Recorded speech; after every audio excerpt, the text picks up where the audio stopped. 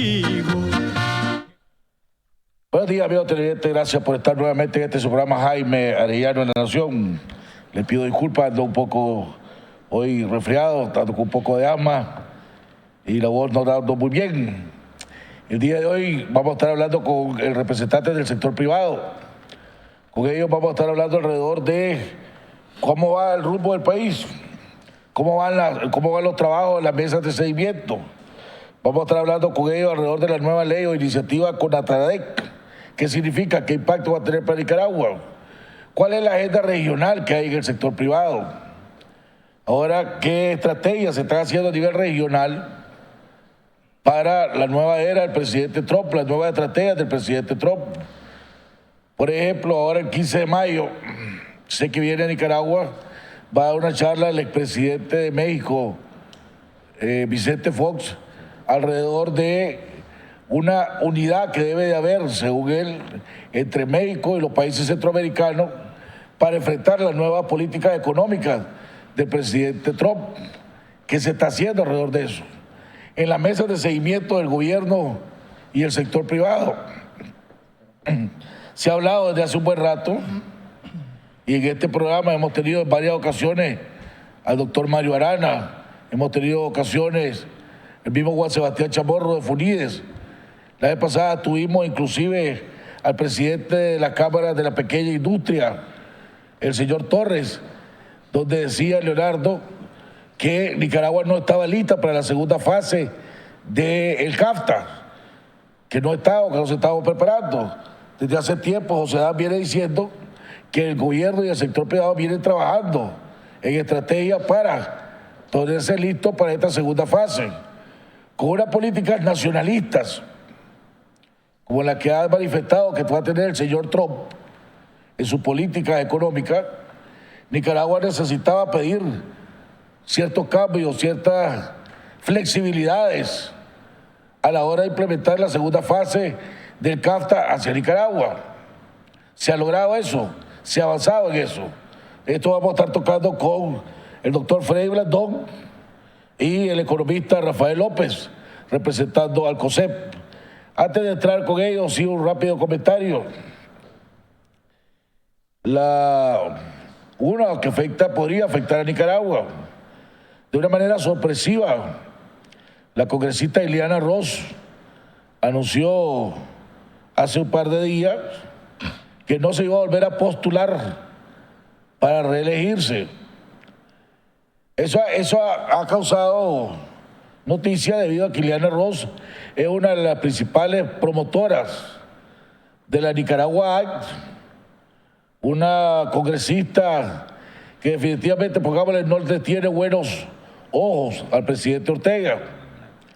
Algunos han creído, sí, han asumido de que esto significa que ella ya no está trabajando. Ella va a terminar su periodo que está comenzando.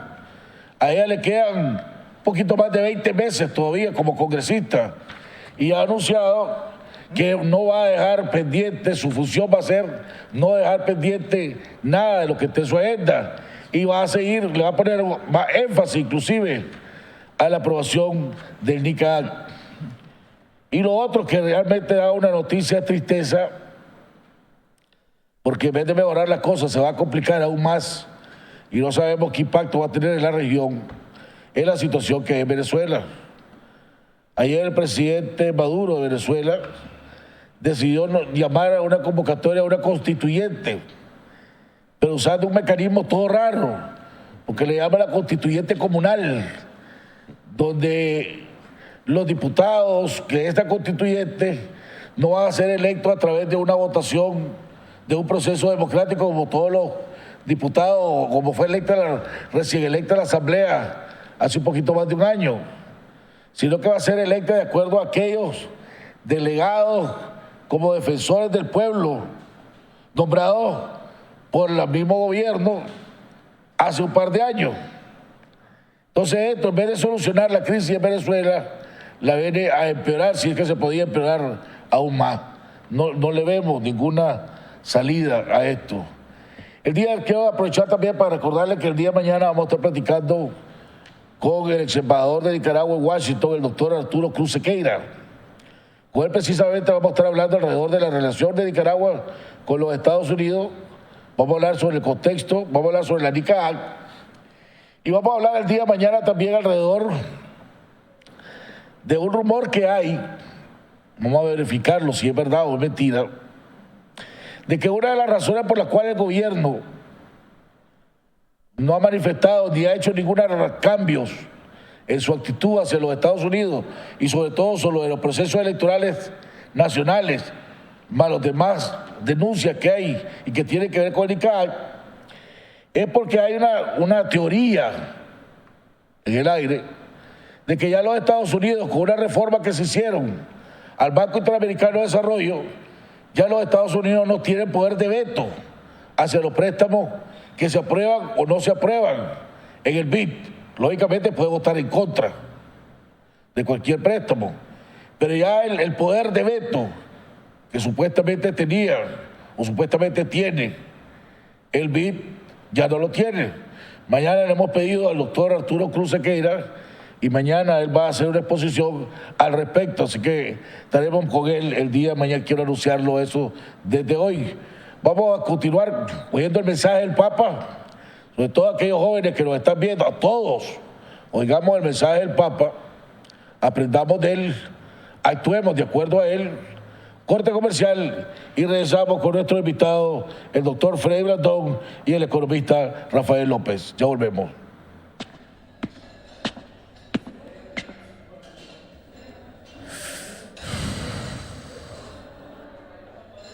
Sé que ustedes, los jóvenes, no quieren vivir en la ilusión de una libertad que se deja arrastrar por la moda del momento, que apuntan alto.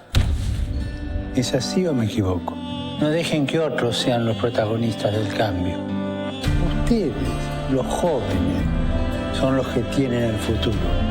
Les pido que lo construyan, que se metan en el trabajo por un mundo mejor. Es un reto, sí, es un reto. ¿Lo aceptan? Pidan conmigo por los jóvenes, para que sepan responder con generosidad a su propia vocación y movilizarse por las grandes causas del mundo.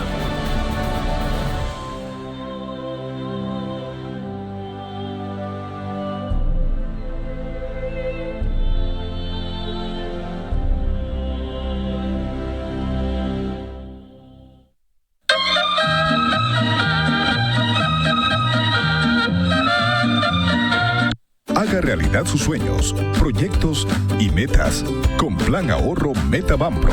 Elija el monto que desee ahorrar en cuotas quincenales o mensuales desde su cuenta o tarjeta de crédito Banpro o efectivo. Ahorre en plazos de hasta 120 meses y reciba excelentes tasas de interés.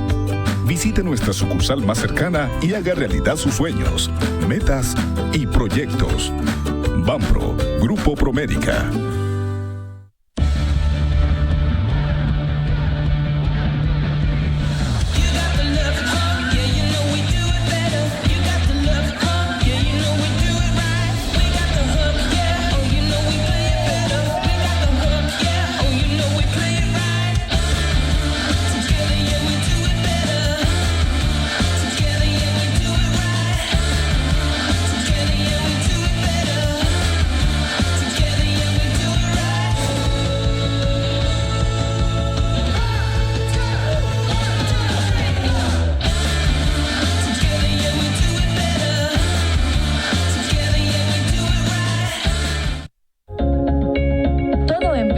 Con una pasión. Nuestro liderazgo en el campo de la educación superior nos ha permitido firmar convenios internacionales con Texas Tech University para formar profesionales altamente competitivos.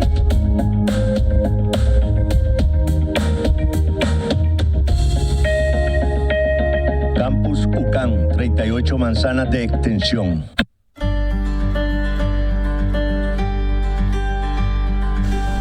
Los nicaragüenses queremos progresar en democracia. Juntos podemos construir una Nicaragua con oportunidades para todos.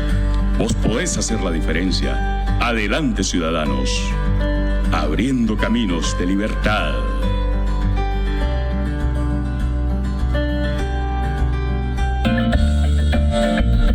De lunes a viernes acompáñenos en su programa Jaime Arellano en la Nación, de 7 a 8 de la mañana y de 12 a 1 del mediodía.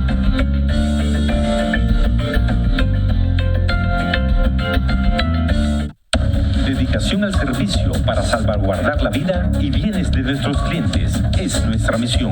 Somos expertos en vigilancia electrónica. Instalamos CCTV y oficiales de monitoreo, alarmas de detención de intruso y monitoreo las 24 horas. Instalamos alarmas de detención de incendio, control de acceso y cercas eléctricas. Sistemas profesionales de seguridad SA. Responsabilidad y profesionalismo. Su mejor opción para su protección.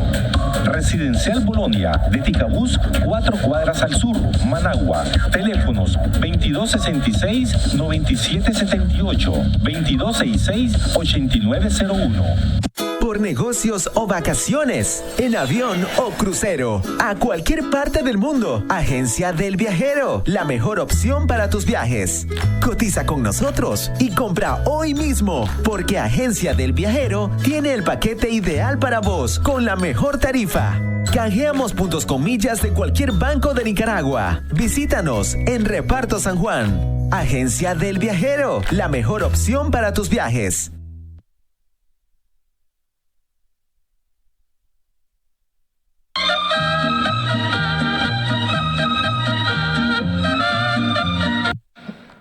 Bueno, mis televidentes, estamos de regreso en la segunda parte de nuestro programa. Quiero recordarle a todo el mundo que este programa lo pueden ver en YouTube en vivo. Y hay mucha gente que lo está viendo en vivo en YouTube. O lo puede recibir para verlo en YouTube a la hora que usted lo estime más conveniente. Lo único que tiene que hacer es mandar su correo electrónico a jareyano@gmail.com o a rex@nicanews.com. Y a cualquiera de los dos correos, a los 2 días, a más tardar, usted estará recibiendo el programa para que lo vea a la hora que lo estime más conveniente. Y se sume a la gran familia de Jaime Arellano en la Nación, que ya llevamos 1.300.000 personas registradas, ¿verdad?, que se han suscrito al programa Jaime Arellano en la Nación. 1.3 millones de personas reciben este programa y ven este programa todos los días a través de la plataforma del internet, ya no digamos los que nos ven en vivo. Lo digo esto porque cada día me siento más orgulloso y agradezco a todos ustedes, ¿verdad?, por el apoyo que nos están dando y sobre todo por la calidad de nuestros invitados, que es lo que hace posible que ustedes nos sigan viendo y les sigan viendo este programa Jaime Arellano en la Nación. Y hablando de nuestros invitados, ya está con nosotros los dos representantes del sector privado del COSEP, el economista Rafael López y el doctor Freddy Blandón, la mano derecha del presidente José Aguerri. Dice, después del doctor Aguerri, el hombre que sabe más ahí lo que está pasando en el COSEP, el doctor Freddy Blandón. Bienvenido a ambos. Caballero, un placer tenerlo por aquí. Buenos días, Jaime. Siempre un agrado, un placer poder conversar contigo, por supuesto, con la teleaudiencia, que según lo que nos dice, cada día creciendo más. Felicitarte. Gracias a Dios Por ese 1.3 millones. Y como bien dices, no solo es eso es lo que está en Internet. En Internet. En vivo, claro. Debemos de suponer que hay un tanto más. Entonces, significa que el programa está siendo escuchado, está siendo visto, y por lo tanto, el impacto que está teniendo en la opinión pública debe ser considerado seriamente. Ahorita tenemos audiencia en 25 países del mundo, ¿verdad?, de los cuales Estados Unidos, Costa Rica son las dos principales, ¿verdad? Tenemos más de 200.000 en cada uno de los dos países que están viendo, tanto en los Estados Unidos como en Costa Rica. Pero tenemos audiencia que a mí me sorprendió la vez pasada, de casi 15.000 nicaragüenses en Colombia, ¿verdad?, que no sabía que había una comunidad nicaragüense en Colombia, pero nos están viendo en China, en Taiwán, en diferentes partes del mundo.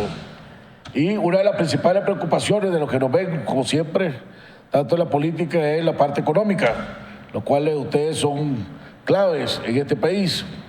Ustedes son representantes en la mesa de seguimiento, ¿verdad?, para que siquiera podemos tocar qué es lo que es CONATRADEC, ¿verdad?, qué es, para qué sirve esa instancia, cuál es la idea de esa instancia.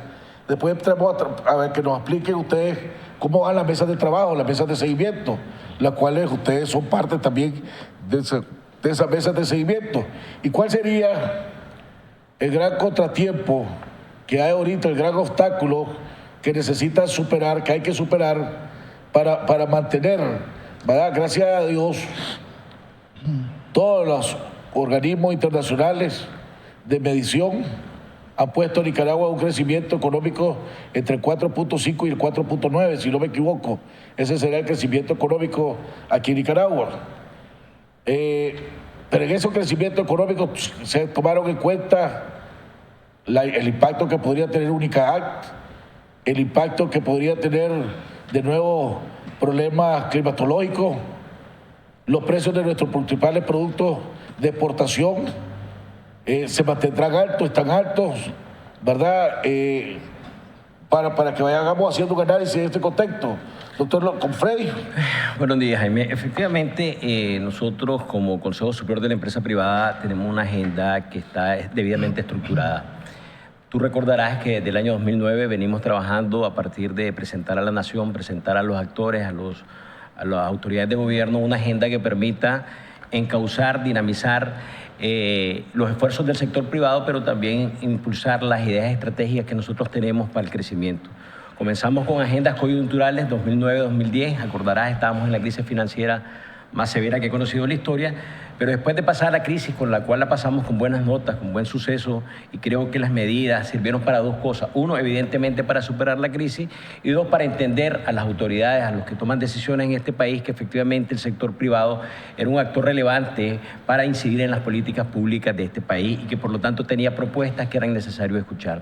Yo creo que ese es el primer gran balance. El segundo gran balance es que a partir del 2015 comenzamos ya también a visualizar que había que trabajar en lo estratégico. Aquí todo el mundo apuesta, cree, dice y todos coincidimos que hay que crecer arriba del 5%, hasta el 6, 7%, inclusive hasta el 8%, en el sentido de buscar cómo superar ese lindero que tenemos del 4%, porque eso va a superar e impactaría directamente en el Producto Interno Bruto y en el desarrollo del país. El asunto es cómo hacerlo, Jaime. Yo creo que la gran discusión no es que si queremos crecer todos al 7, sino cómo lo hacemos. Entonces, de ahí que nosotros comenzamos con lo que llamamos los pilares del crecimiento, un esquema de trabajo importante que apuntaba a cuáles son los temas claves para la economía, los temas claves para el desarrollo, los temas claves para el emprendimiento, los temas claves para la educación, como pilares para desarrollar un país más productivo y más competitivo. Esto lo comenzamos a ejecutar y nos dio excelentes resultados. De ahí que este planteamiento lo maduráramos un poco más y avanzamos en un tema más con mayor visión de largo plazo, de mediano y largo plazo. Y ahí fue cuando creo que tú estuviste, muchos periodistas, gente que tiene que ver con la economía y con el desarrollo institucional de este país, donde presentamos la Agenda COSEP 2020. La gran virtud de esta agenda es que tiene una base muy importante. Aquí existen estudios, aquí existen analistas, aquí existen propuestas. El asunto es, como te decía, cómo las logramos articular, cómo logramos que la voluntad política se afiance, las compre y las venda, y lo otro es cómo realmente le das el seguimiento y las logras ejecutar. Entonces, nosotros tenemos una experiencia acumulada a partir del 2009 con las agendas que te explicaba, y la Agenda 2020 viene a ser, creo, un planteamiento que la nación tiene que considerar para partir o sentar las bases para un crecimiento sostenible, un desarrollo económico social sostenible. En el sentido, tiene los dos grandes pilares que nosotros decimos. Primero está la parte de la institucionalidad democrática. Nosotros en esta agenda COSEP, que poco se ha divulgado, poco se ha manejado, establecimos lo que era el decálogo de principios de COSEP. En esto, el primer gran principio es que para nosotros la democracia es esencial para el desarrollo económico y social y que tiene que haber una interrelación entre democracia y desarrollo económico. De lo contrario, nuestro país seguirá sufriendo los rezagos económicos y sociales que la historia nos ha mostrado. En ese sentido, nosotros reiteramos los valores importantes de la democracia representativa, están bien claros, planteados ahí. Nosotros creemos que la división de poderes es básica en este país. Nosotros consideramos que la alternancia en el poder es un elemento clave de la democracia representativa.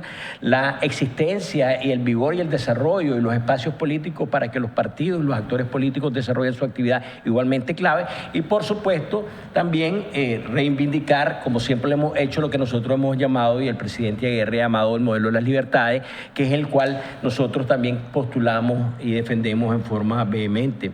Nos referimos a la libertad de movilización, la libertad de opinión, la libertad de empresa, etc. Pero ese decálogo tiene otro acierto. También articuló otros elementos que no solo la parte institucional democrática es indispensable para el desarrollo de los países, sino también el desarrollo económico y social. Entonces se agregan elementos que son propios de la Agenda COSEP 2020, pero también agregamos otro elemento y es el diálogo por la educación. Entonces nosotros en ese esquema podemos graficar, estamos trabajando en lo que José Adán ha llamado los 3 grandes diálogos. El diálogo por la institucionalidad democrática, estamos apostando al diálogo económico, que es donde nosotros somos actores, donde nosotros gerenciamos y donde nosotros tenemos incidencia efectiva, y está el diálogo por la educación, que es un elemento clave para buscar cómo efectivamente lograr los saltos en calidad, en productividad que el país requiere para ser un país que juegue. Ahora, si vos quisiera hacer una evaluación, 2 de esos 3 diálogos están fracasando. Pues si vos podés, y no vamos a entrar en esto vamos a hacer una evaluación sobre los avances democráticos, la institucionalidad, el Estado de Derecho en este país, y no creo que alguien nos apruebe, ¿verdad? Alguien imparcial nos apruebe. Está hablando del tema de la educación, ese ha sido uno de los grandes. Más bien dicen que vamos para atrás. El nivel de educación, ¿cuánto fue el último informe que sacó Eduquemos? Decía que de cada 10 niños que habían aprendido a leer, solo 6 entendían lo que estaban leyendo. O sea, con ese tipo de educación, ¿hacia dónde vamos? Entonces, tocamos el tema del pilar de la economía. Y entonces aquí una pregunta para el doctor Rafael López. Ahorita he estado oyendo a Freddy.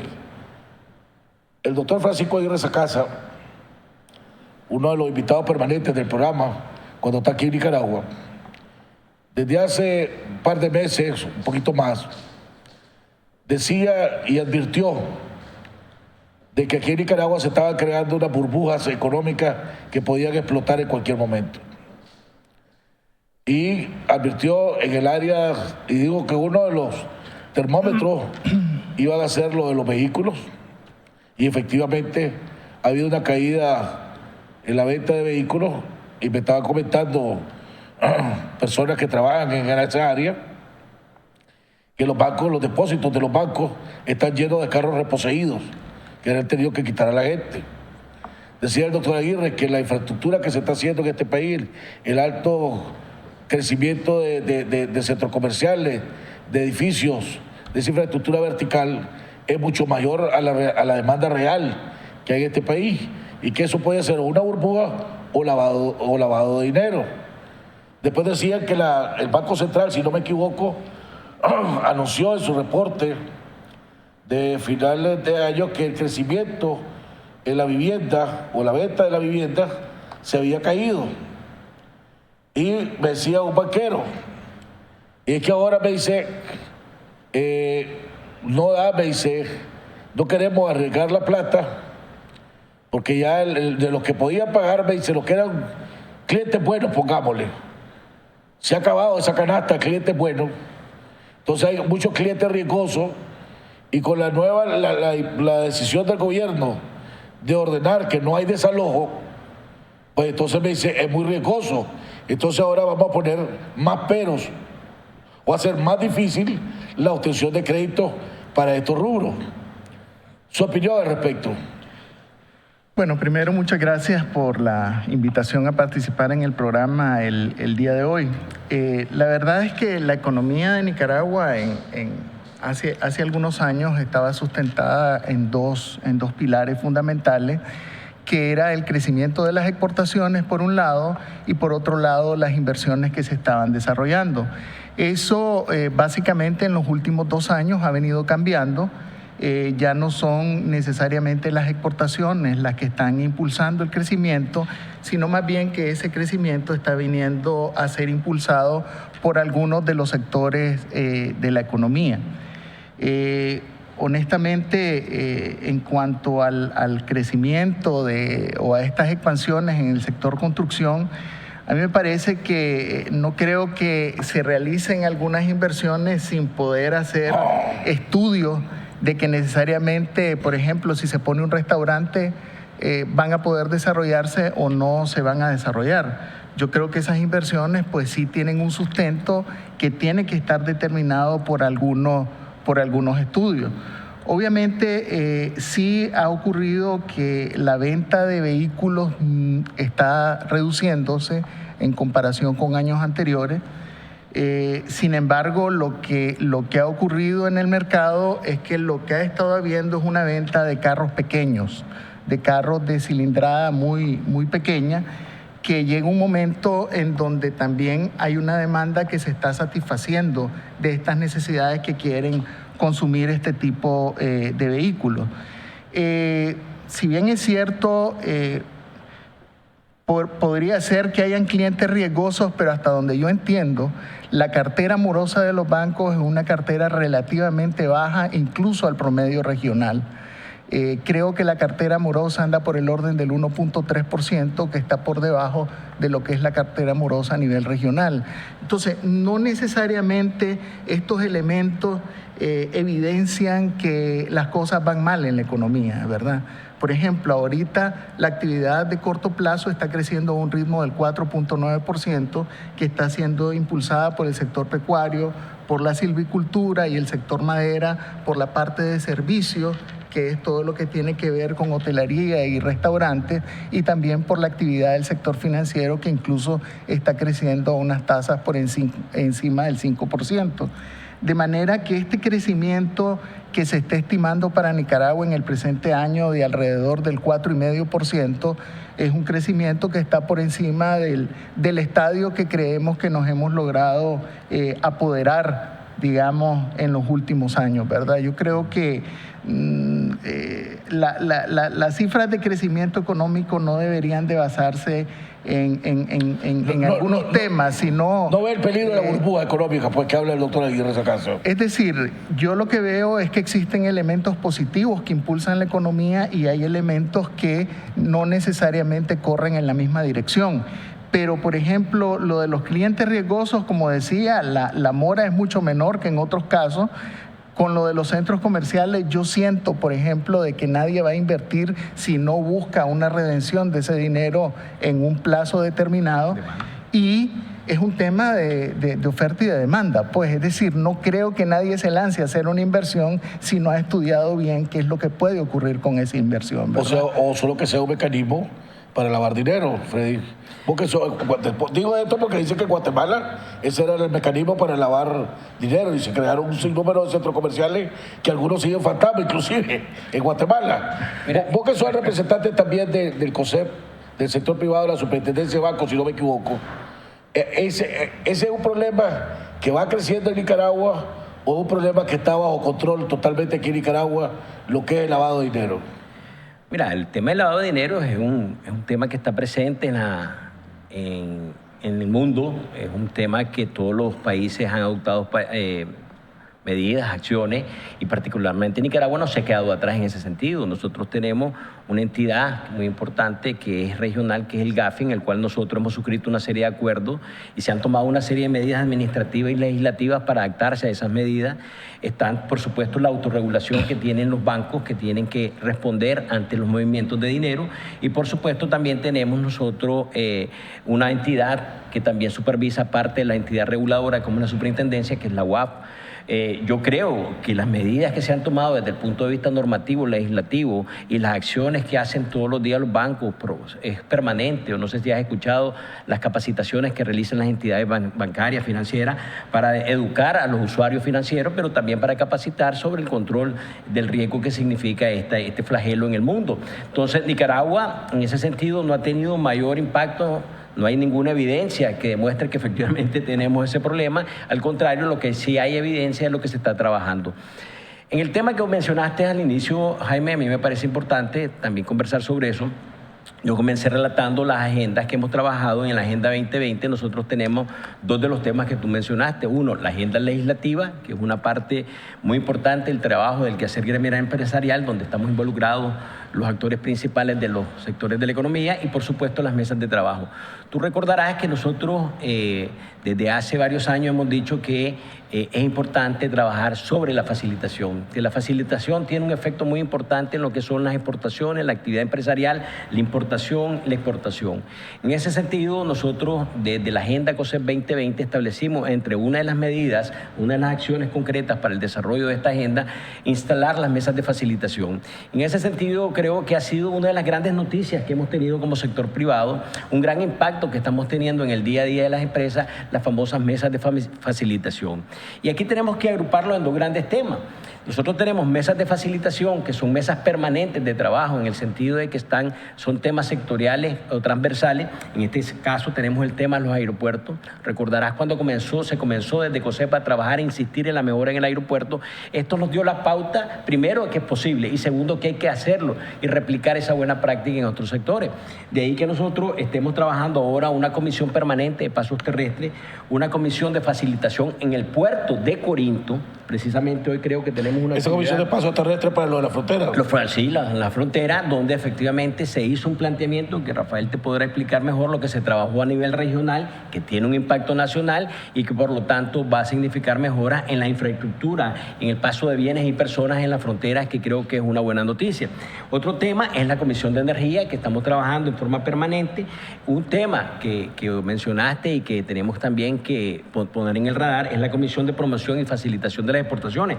Estaba leyendo cómo hemos crecido casi en volumen y hemos crecido también en precio en este año. Yo creo que ahorita el comportamiento ya tenemos un desarrollo muy importante, muy vigoroso las exportaciones, que tiene que también estar en el radar. Estamos creciendo en precio y en volumen en forma importante. En ese sentido también la otra gran comisión que tenemos es la facilitación de comercio. Estos grupos de trabajo trabajan en forma permanente, con una agenda, con una metodología de seguimiento que nos está dando excelentes resultados. En forma paralela, que estas son mesas transversales en las cuales hay una serie de actores y de funcionarios y de actores del sector gremial, tenemos lo que son las mesas de facilitación.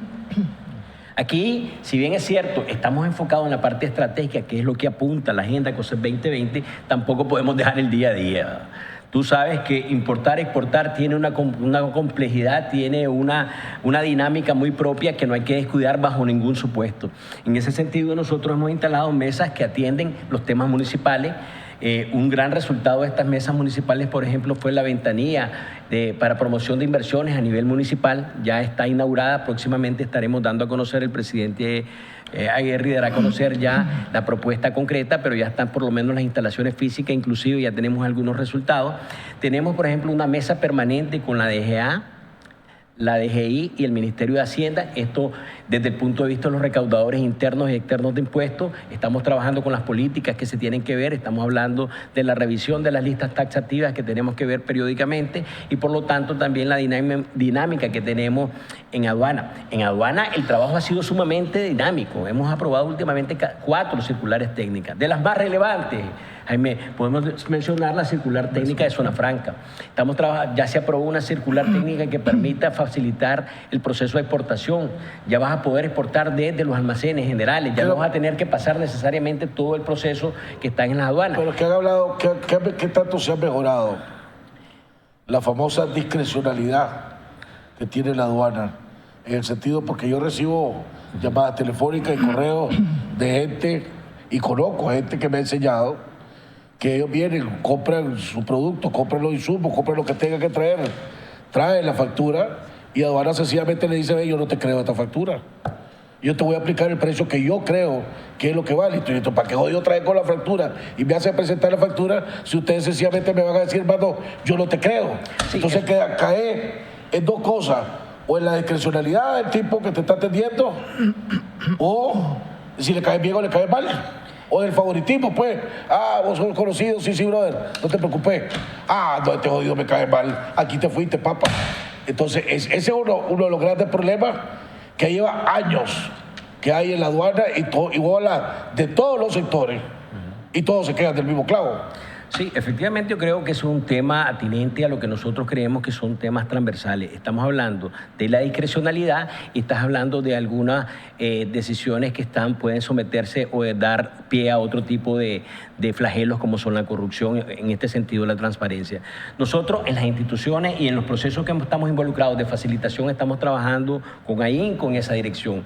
A través de buscar cómo los procesos sean automatizados, sean en líneas, creo que estamos avanzando. A través de las ventanillas únicas estamos avanzando en esa dirección. Estamos trabajando a través de circulares técnicas que efectivamente busquen cómo hacer más transparente y eficiente la administración pública. Lo que tú mencionas es las famosas dudas de valor, un procedimiento que se llama dudas de valor, en el cual efectivamente la aduana tiene un criterio y tú tienes que demostrar que efectivamente el bien que adquiriste tiene el precio que refleja la factura.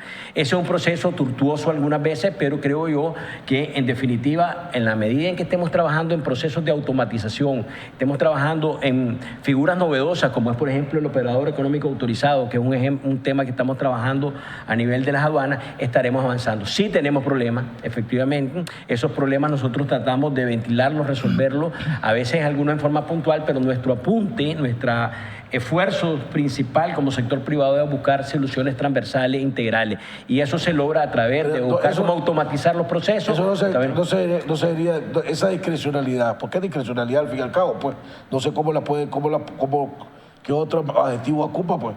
Eso no debería existir. Vos decías ahorita, donde uno tiene que probar. Y si está trayendo la factura original y no te la acepta, ¿cómo jodido vas a probar? Ahí ya te quedaste indefenso. No, por eso digo que es un procedimiento. Nosotros estamos en este proceso, tenemos instalado lo que se llama el Comité Técnico Operativo de Aduana. En esto están los agentes aduaneros, están los almacenadores, están las empresas navieras, están todos los actores de la cadena logística. Y es un tema de los cuales estamos revisando y vamos a entrarle a fondo para ver en qué está fallando este procedimiento. Porque efectivamente la administración aduanera puede tener un criterio, pero efectivamente vos puedes... El usuario, el empresario, el importador, tiene todos los elementos suficientes para desvirtuar esa forma o esa forma de enfocar o de entender la administración aduanera el valor de un producto, de un bien. Yo creo que es un tema en el cual tenemos que seguir trabajando y, como te digo, ya está instalado el Comité Técnico Operativo, ya está en agenda este tema y vamos a garantizar que efectivamente busquemos cómo el procedimiento sea más transparente y sea más eficiente, porque a veces no solo es que tengas el proceso y tengas la oportunidad, el debido proceso para demostrarlo, sino que también los tiempos sean los adecuados. Hemos avanzado en este tema y te puedo anunciar que para buscar cómo resolver en parte esta situación de la duda de valor, lo que se ha establecido es la posibilidad de que vos puedas rendir una garantía mientras el proceso se resuelve en el fondo. Esto te permite... ¿El costo?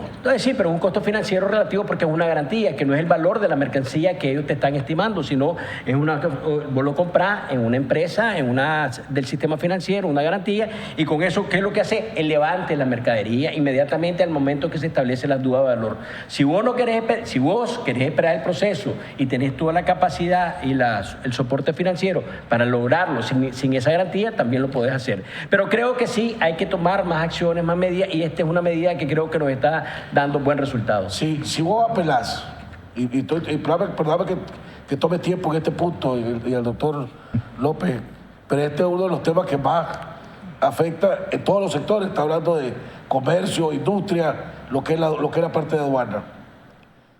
En este espíritu de muy buenas relaciones que hay entre el gobierno y el sector privado, ¿verdad? Que hasta se convirtió en ley, estas relaciones. Si uno viene, vos presentás tu aduana, tu documento, aduana dice yo no te acepto, y en vez de pagar esto, vos vas a pagar esto. ¿Tenés un mecanismo aquí en apelar? Sí, por supuesto. ¿A quién apelar? Pero te decía, mira, en primera instancia estás hablando de instancias administrativas. En primer lugar, la autoridad que dictó la resolución, que es el Comité Técnico, y después ante el Director General de Aduanas, que es la instancia superior jerárquica. El mismo vos apelaste el que es juez y parte. No, primero el que dicta la resolución porque es un recurso horizontal, después el recurso vertical, que es ante el superior jerárquico, y después tenés, por ejemplo, el TATA, que es una instancia distinta de la Dirección General Aduanera, y después tenés la vía jurisdiccional, que es la Corte. ¿El sector privado tiene representante en alguna de esas instancias? Bueno, el TATA es una instancia creada por ley, una institución pública. Nosotros no tenemos representantes. Estos son funcionarios que los propone el presidente, consulta con el sector privado y los nombra la Asamblea Nacional. Entonces, en ese sentido, tenemos una instancia que te tengo que decir, Jaime, y lo puedes consultar, y aquí nadie me va a dejar mentir. Tenemos muy buenas lecturas positivas de lo que hace el Tribunal Tributario Administrativo. O sea, creo que ahí hemos dado un avance sustantivo. Esta es una instancia creada recientemente, ya, donde está concentrado administrado la parte tributaria y la parte aduanera. Y tenemos un órgano colegiado independiente a la administración tributaria, independiente a la administración aduanera, que es la que falla estos resultados. Y esos son funcionarios propuestos por el gobierno, consultados al sector privado y aprobados y nombrados por la Asamblea. Exactamente. Es bueno, es más o menos lo que yo tenía en mente, si una instancia exactamente, donde la gente diga, pues, donde no estoy indefenso, pues. Entonces tenés instancias para impugnar administrativamente y jurisdiccionalmente la resolución.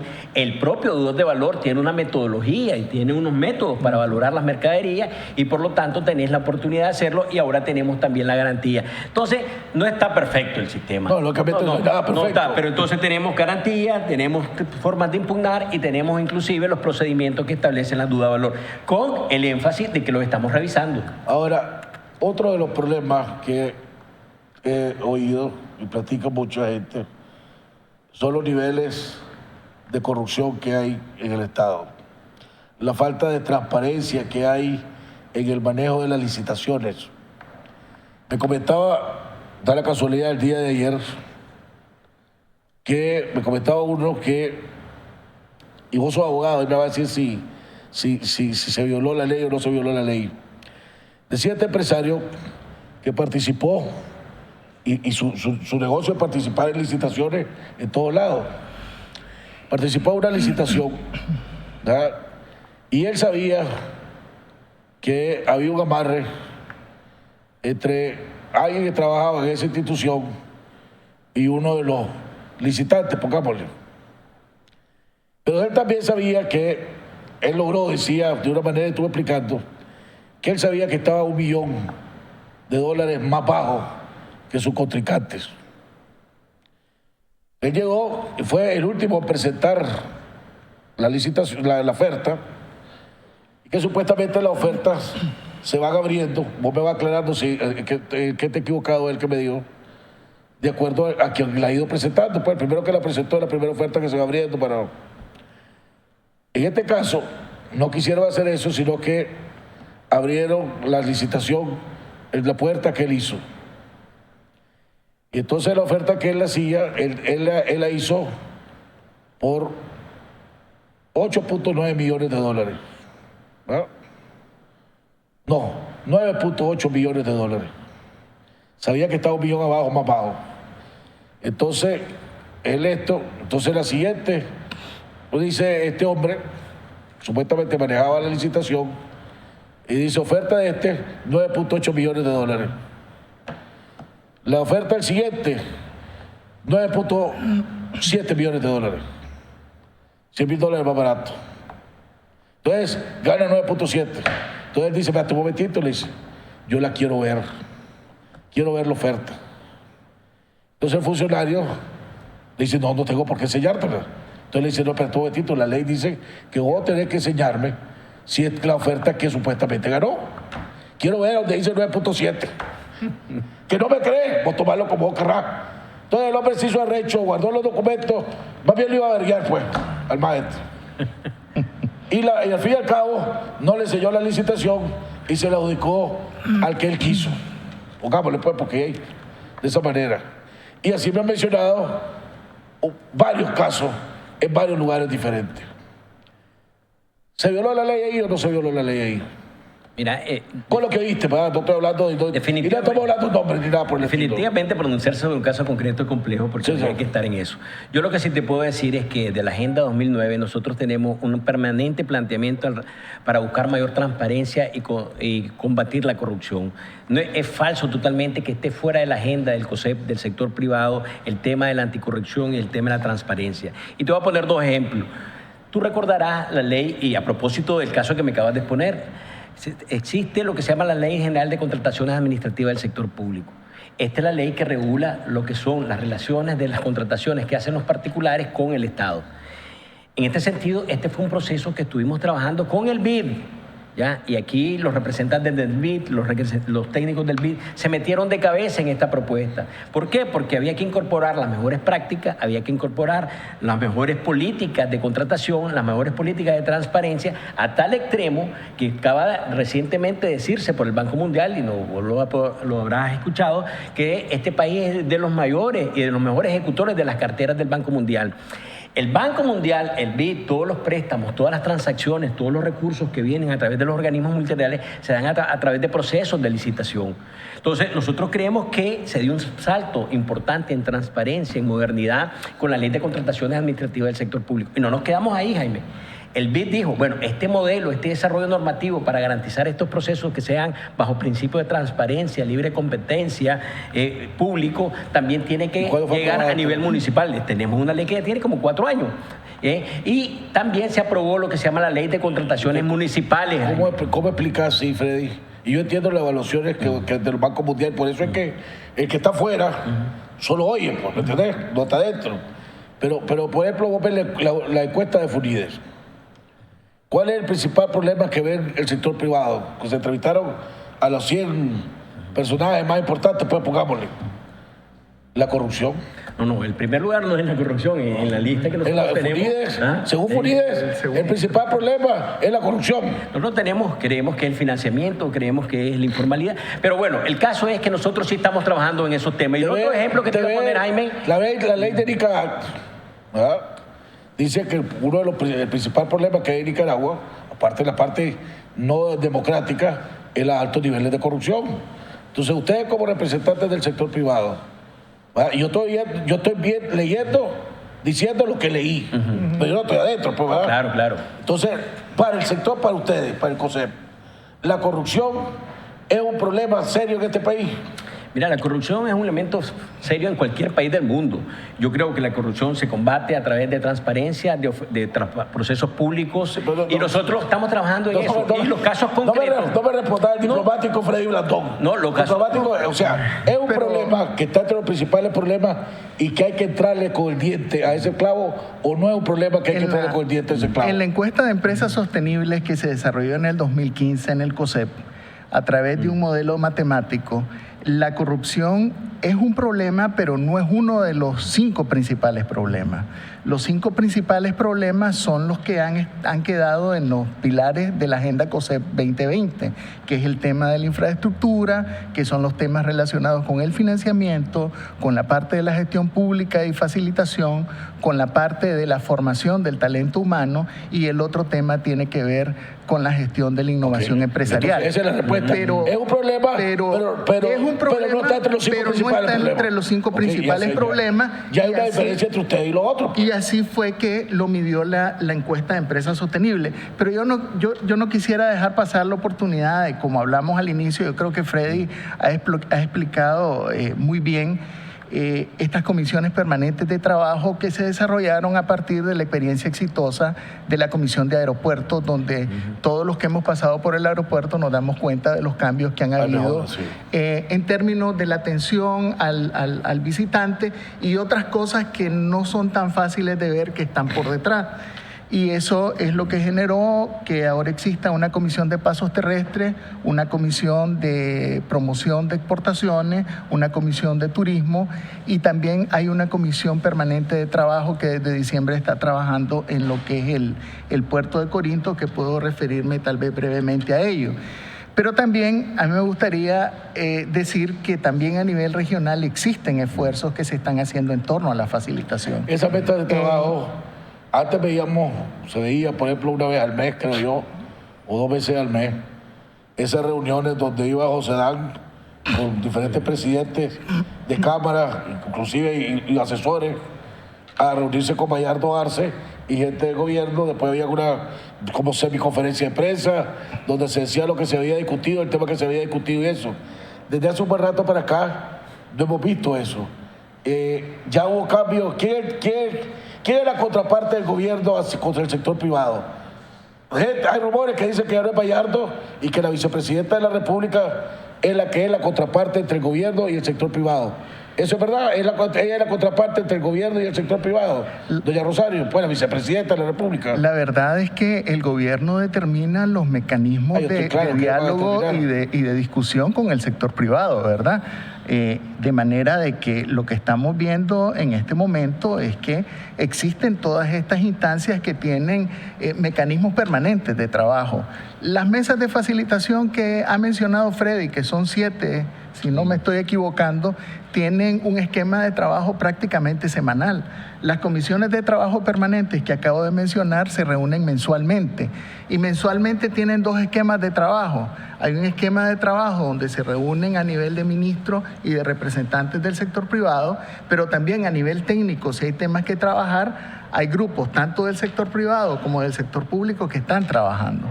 Pero yo quería referirme también a la agenda regional, ¿verdad?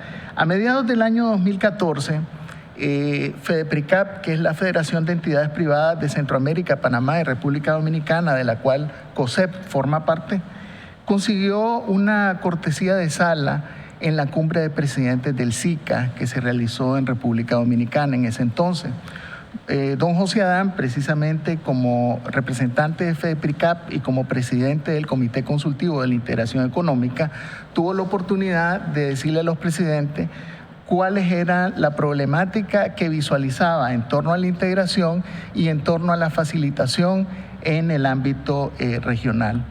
Fue así que en la declaración de Punta Cana hay 2 declaraciones de los presidentes, una que está relacionada con la propuesta de procedimientos comunes de trámites en un plazo de 90 días y la adopción e implementación de una estrategia centroamericana de facilitación de comercio y competitividad.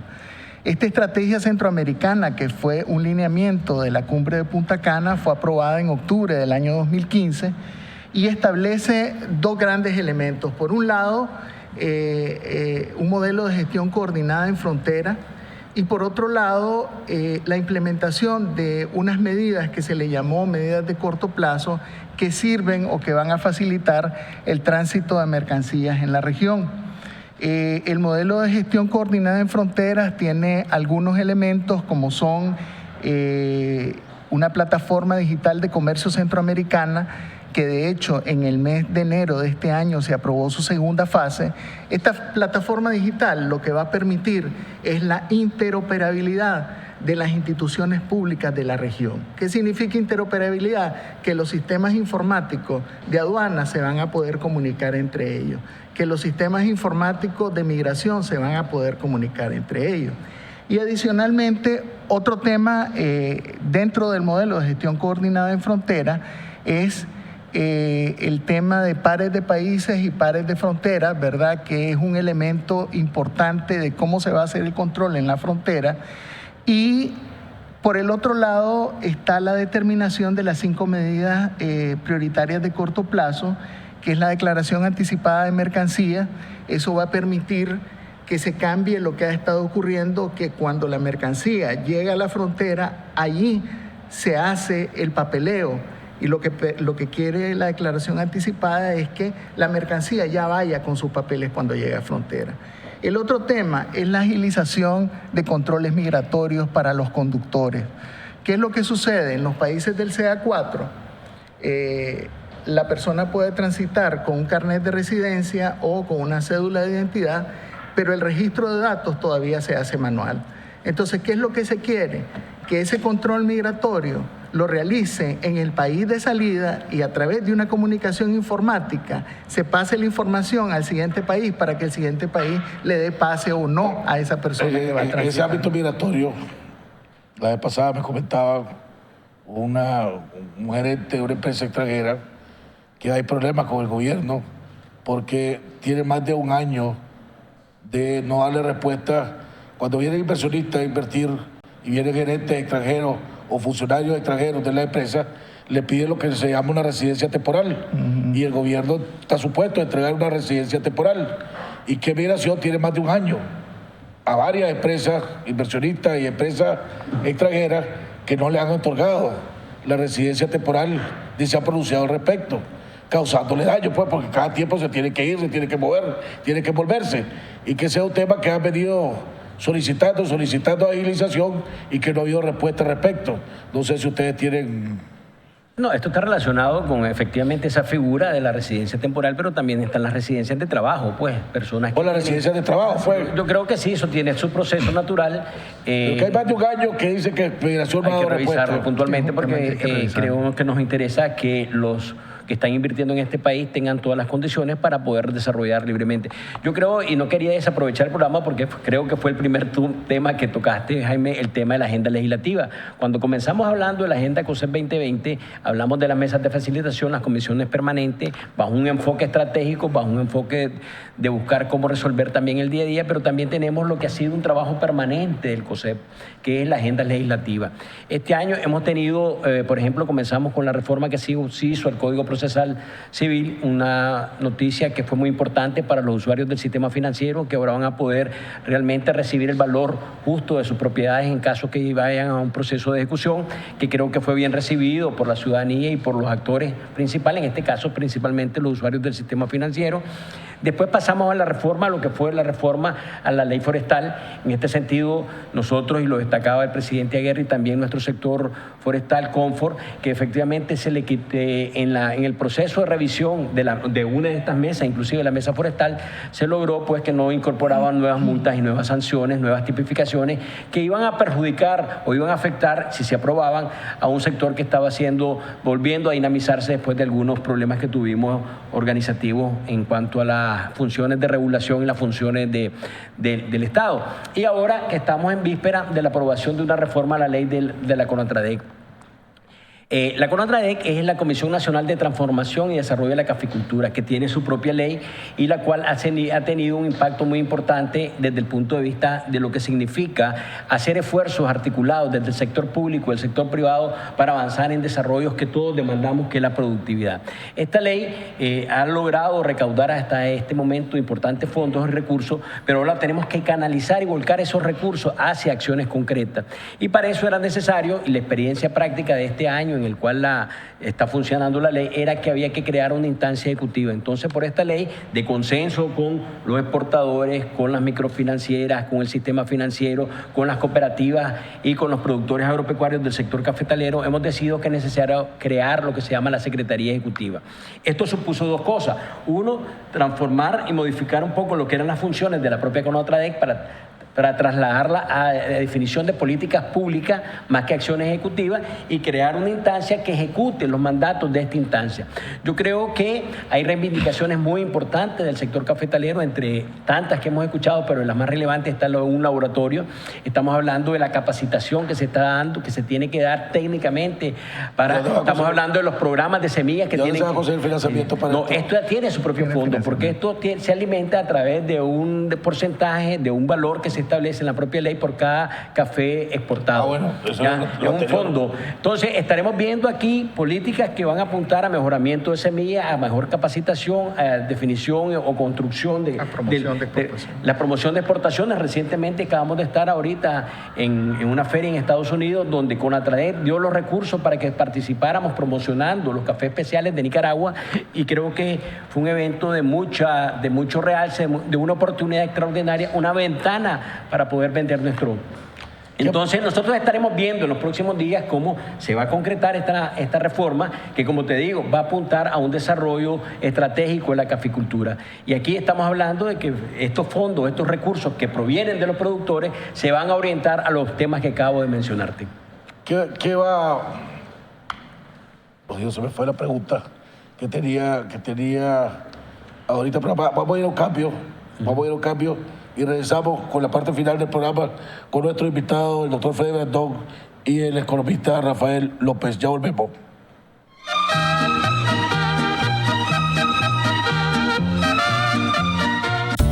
Todo comienza con un sueño de dos, queriendo ser tres, con la necesidad de un rinconcito para poder soñar juntos, un jardín para sembrar esperanzas y un comedor amplio para compartir historias. Ese espacio donde podés ser vos mismo y expresarte con libertad. Al final sabemos que solo hay algo mejor que estar en casa, estar en tu casa. Préstamo de vivienda. BDF, simplifícate.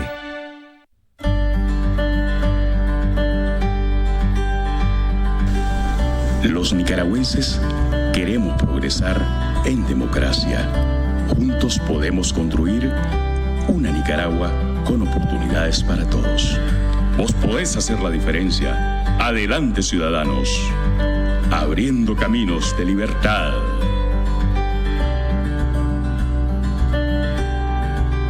¿Está en búsqueda de clientes para su negocio?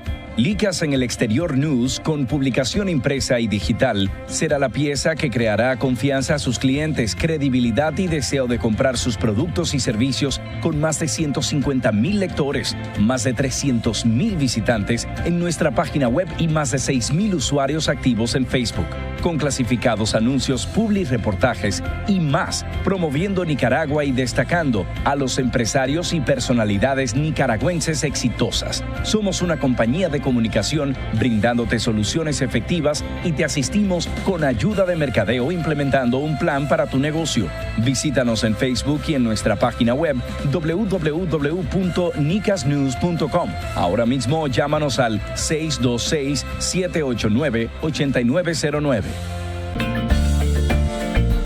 De lunes a viernes acompáñenos en su programa Jaime Arellano en la Nación, de 7 a 8 de la mañana y de 12 a 1 del mediodía.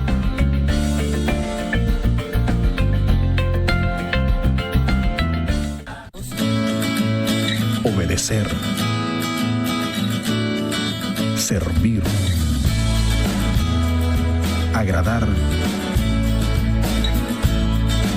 y ser leal es nuestro negocio. Proteger es nuestro quehacer.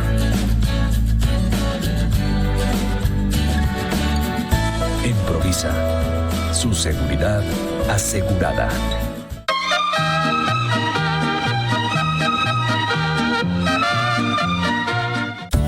Todo comienza con un sueño de dos, queriendo ser tres, con la necesidad de un rinconcito para poder soñar juntos, un jardín para sembrar esperanzas y un comedor amplio para compartir historias. Ese espacio donde podés ser vos mismo y expresarte con libertad. Al final sabemos que solo hay algo mejor que estar en casa, estar en tu casa. Préstamo de vivienda. BDF. Simplifícate. El fraude energético es un delito que implica condena y la ley se está aplicando con rigor. Pues el fraude nos afecta a todos. No arriesgues tu negocio ni a tu familia. Evita ser castigado por la ley. Acércate a Disnorte Disur y legaliza tu situación en mutuo acuerdo. Te esperamos. Disnorte Disur.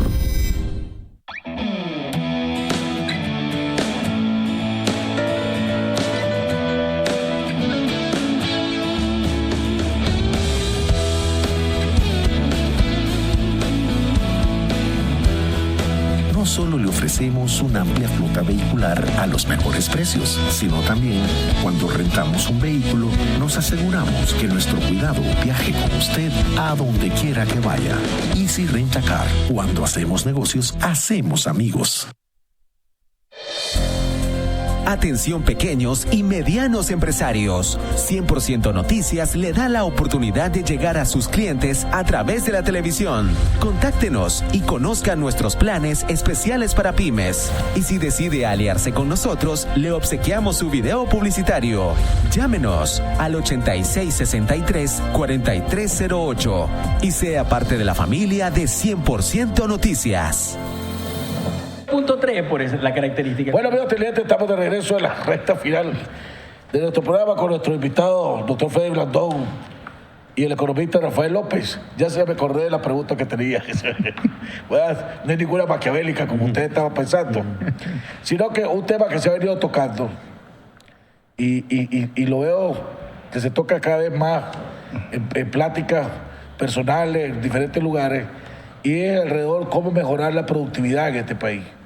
O sea, si nosotros seguimos produciendo al nivel que estamos produciendo, no vamos a llegar a ser competitivos. Por más que el mercado que consigan, por más inversionistas que traigamos para acá, si seguimos produciendo a los niveles que estamos produciendo, no vamos a ser competitivos. Y veo que ese tema se viene tocando, y si vos haces una evaluación de la productividad en general, ¿verdad?, en averaje, porque aquí hay muchas empresas en diferentes sectores que producen muy bien, ¿verdad? Pero a nivel general, nuestra productividad todavía deja mucho que desear. ¿Qué se está haciendo al respecto? Mira, este es un tema de los temas estratégicos que hemos mencionado y el tema que estábamos conversando, que se llama Ley de Transformación y Desarrollo de la Caficultura, apunta hacia eso. Por eso te decía que estamos hablando de un fondo alimentado con recursos del sector privado, de los productores, que apunta a estamos hablando de semillas, estamos hablando de laboratorio, estamos hablando de capacitación, estamos hablando de promoción de nuestras calidades y capacidades de producir café. Y también hay que recordar que hay otros sectores que lo están haciendo bien y tenemos que replicar. El sector azucarero acaba de tener uno de los rendimientos más importantes que ha tenido de la zafra. El sector arroz es uno de los sectores ganadores. La relación importaciones-exportaciones se ha cambiado radicalmente porque estamos produciendo y estamos produciendo mejor. Entonces yo creo que sí son temas, y esto pasa por un tema que mencionaba José Adán hace poco, que tiene que ver también con el desarrollo de los sectores productivos, los encadenamientos productivos. Estos sectores nosotros los llamamos sectores ganadores. Entonces hay sectores que tenemos que transformar, como son en la caficultura y la ganadería, y se están haciendo esfuerzos concretos dirigidos en esos sectores. Y en ese sentido creo que hay otros sectores que hay que seguir apuntalando, como el sector azucarero, el sector arrocero, el sector de la palma. Yo creo que tenemos buenas prácticas y no podemos quejarnos de los avances que tenemos, pero efectivamente tenemos retos. Un reto principal, la caficultura; un reto principal, la ganadería. En la caficultura ya estamos tomando las acciones que te acabo de comentar. Pero también hay un tema, la productividad tiene que ver con todo, ¿verdad?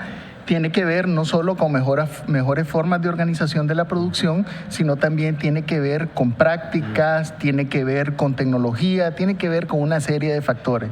Y lo que nosotros identificamos en la agenda como los pilares sobre los cuales debe basarse la economía para poder crecer, visto desde el otro lado, son restricciones que tiene nuestra economía, y la educación es uno de los factores de éxito y clave para mejorar la productividad, de manera de que hay que seguir incidiendo en todos los temas de educación, no solo en la educación universitaria, sino en la educación técnica. Y allí hay un tema de enfoque, ¿verdad? Porque el enfoque de la educación debería de ser para la empleabilidad. Es decir, que nosotros podamos darle las herramientas a una persona que saliendo de una actividad pueda reinsertarse en otra actividad con una formación de corta duración. Con la famosa comisión que se había formado entre el sector privado y el gobierno para darle un mejor uso a los recursos de INATEC. Era uno de los que ustedes en el sector privado estaban diciendo que esa plata que ustedes dan, que el sector privado da, 2% creo que más, 2% se podría usar mejor en preparar mejor a los trabajadores para los nuevos retos, pues. Eso está destacado, sigue destacado. Yo entiendo que la comisión funcionó al inicio en 2 o 3 ocasiones y después no siguió funcionando. Sin embargo, recientemente se abrió un espacio con el Ministerio de Educación, y en el caso del Ministerio de Educación se han abierto unas mesas de trabajo que están trabajando el tema del emprendimiento, los temas están relacionados con infraestructura y otros temas adicionales en el tema de educación. Dos áreas quiero terminar para tocar. Quiero tocar el tema del área de la educación, por ejemplo, que dicen, por lo que yo he leído y lo que la educación viene para atrás en este país, y sobre todo la calidad de la educación nuestra. Y ya vimos que el último que fue, qué chiste, pues la gente cree que chiste y qué broma. La mayoría de los estudiantes no pasaban el examen de aprobación de la universidad. Entonces las universidades lo que hicieron más flojo, más fácil el examen de admisión, hasta el punto que ahora todo el mundo lo pasó y no hay cupo para todos los estudiantes. Eso es tratar de tapar el sol con un dedo. Eso no mejora la educación ni el tipo de educación que necesita el país para salir adelante. En los meses de trabajo que ustedes tienen con el gobierno, ese es un tema que se tocó, y qué explicación del gobierno. Mira, nosotros comenzábamos y te explicaba, teníamos 3 grandes temas: el diálogo por la educación, el diálogo por la economía y el diálogo por la institucionalidad. En el tema del diálogo por la educación, nosotros venimos avanzando desde hace varios años con lo que se llama la Alianza Universidad-Empresa. Tenemos una gran plan de trabajo, tenemos una visión estratégica de lo que se quiere hacer, y hemos trabajado, y Rafa trabaja permanentemente en eso con el Comité Nacional de Rectores, el Consejo Nacional Nacional de Rectores. El señor Medina, el que la coordina, ¿no? No, el Consejo Nacional de Rectores está integrado por todos los rectores de las universidades del país, pero la Alianza Universidad-Empresa participan las organizaciones de universidades que existen, el CNU, que el presidente es Telemaco Talavera, en las universidades no asociadas, donde el presidente es Ernesto Medina, están la FENUP, que es la Federación de Centros... Pero el problema no son las universidades. Pero exactamente. El problema es lo que viene de abajo, ¿verdad? La primaria y la secundaria. Lo que pasa es que, por ejemplo, si nosotros nos vamos a los resultados de la encuesta lo que nos dice es que en la parte de las competencias básicas hay habilidades básicas que todavía no tienen los estudiantes, como la comprensión lectora, por ejemplo, como la resolución de problemas matemáticos básicos, como el pensamiento crítico y creativo. Son cosas muy básicas que no necesariamente se cultivan en la universidad, sino en los niveles anteriores, ¿verdad? En la primaria y en la secundaria. Nosotros ahorita precisamente se está organizando una reunión donde participemos el COSEP y los rectores del país para que podamos identificar qué acciones se deberían de determinar para ir solventando estos temas. Pero si no invitan, si el gobierno no entra, si el Ministerio de Educación no entra a ser parte de este comité, no, te voy a decir por qué yo trabajé un año con el doctor José Rizo cuando era vicepresidente de la República. En ese entonces, el vicepresidente de la República era el presidente del Comité Nacional de Educación, ¿verdad? Y yo fui delegado un año pues, en ese comité. Y yo veía los enfrentamientos, pues las grandes disputas que habían entre las universidades y los sindicatos de profesores, echándose la culpa. ¿Verdad? Entonces las universidades decían, pero prepararle estudiantes para que puedan pasar. Entonces decían, tiene que haber mejor coordinación entre la educación que se está haciendo en primaria y secundaria con la educación, las exigencias de las universidades, porque si no, nunca va a pasar. Totalmente de acuerdo. Entonces, el gran clavo que salía era que los maestros de primaria y secundaria no se le daba la capacitación extra que necesitaban. Entonces, vos no podés exigirle a un maestro que enseñe más de lo que sabe. Y entonces no hay como una permanente capacitación de los maestros de primaria y secundaria, entonces no pueden enseñar mejor nivel si ellos mismos no lo tienen. Pero es que hay distintos niveles, ¿verdad? Por eso mencionábamos que existen unas mesas de trabajo con el Ministerio de Educación, y ahí estamos hablando de un nivel diferente, y está el trabajo que nosotros tenemos con las universidades, que es el nivel de educación terciaria, ¿verdad? Efectivamente, uno de los temas es que hay que dignificar la carrera docente, ¿verdad? Pero también hay que reducir el empirismo que tienen los maestros. Sí. Es decir, y esto no estamos hablando de los profesores a nivel de la educación terciaria, estamos hablando de primaria y de secundaria. Obviamente habrá que decidir por dónde entrarle, ¿verdad? Porque creo que son muchos temas, pero el elefante se come pedazo a pedazo, ¿verdad? Acuerdos de apoyo, las universidades podían darle, becar o estudiar o capacitar a los maestros de primaria y secundaria. Yo creo que hace tiempo la UNICA ha tenido un programa de beca con los maestros de colegio público bien fuerte. No sé qué habrá pasado con eso. Por eso, yo creo que tenías la razón en el sentido de que es importante involucrar al Estado, al Ministerio de Educación en este esfuerzo. Y nosotros comenzamos con una primera etapa que fue la Alianza Universidad-Empresa. Y recientemente, ya este año, se instalaron unas mesas de trabajo con el Ministerio de Educación para trabajar estos temas que tú estás mencionando, desde la educación básica, principalmente primaria y secundaria, los fundamentos de esa educación, la transformación curricular. Y en ese sentido, se han establecido varias mesas de trabajo con todas nuestras organizaciones. Estamos hablando de aquellas organizaciones del sector privado que trabajan en la educación. Entonces, yo creo que ya dimos el paso que vos mencionaste que faltaba, que es involucrar al Estado en este esfuerzo, y ya se está haciendo. Una última pregunta para ambos, y le agradezco que me hayan dado un poquito más de tiempo, igual que el canal. Hace creo que más de un año estuvo aquí Carlos Slim, un año Slim, y decía que el futuro de Nicaragua era, por lo menos, para sacar de un país que dependía nada más del sector agropecuario, a convertirlo en un país agroindustrial.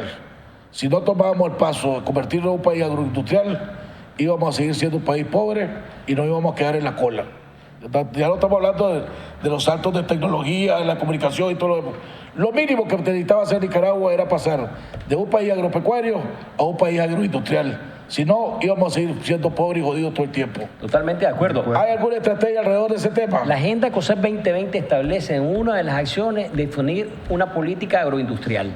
Y eso estamos claros porque lleva implícito lo que hemos mencionado anteriormente, los procesos de encadenamientos productivos que han dado tan buen éxito, buenos resultados en algunos sectores importantes de la economía como el azúcar y el arroz, por citar dos ejemplos. Entonces nosotros creemos que hay que trabajar en esa dirección, pero no hay que descuidar los otros sectores que hemos estado trabajando. Tenemos que trabajar en la educación, tenemos que trabajar en la tecnología, tenemos que trabajar en la facilitación.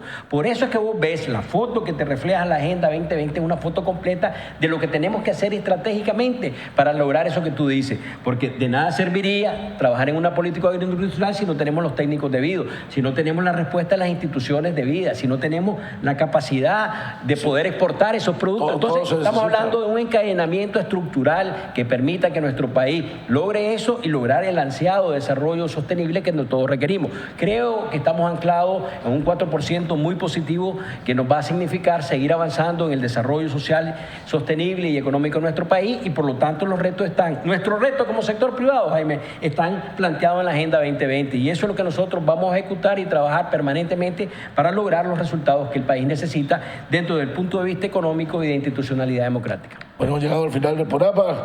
Le agradecemos al economista don Rafael López, al doctor Freddy Blandón. Nos vemos el día de mañana, donde estaremos platicando con el embajador Arturo Cruz Sequeira. Nos vemos el día de mañana en otro interesante programa aquí, Jaime Arellano de la Nación. Arturito.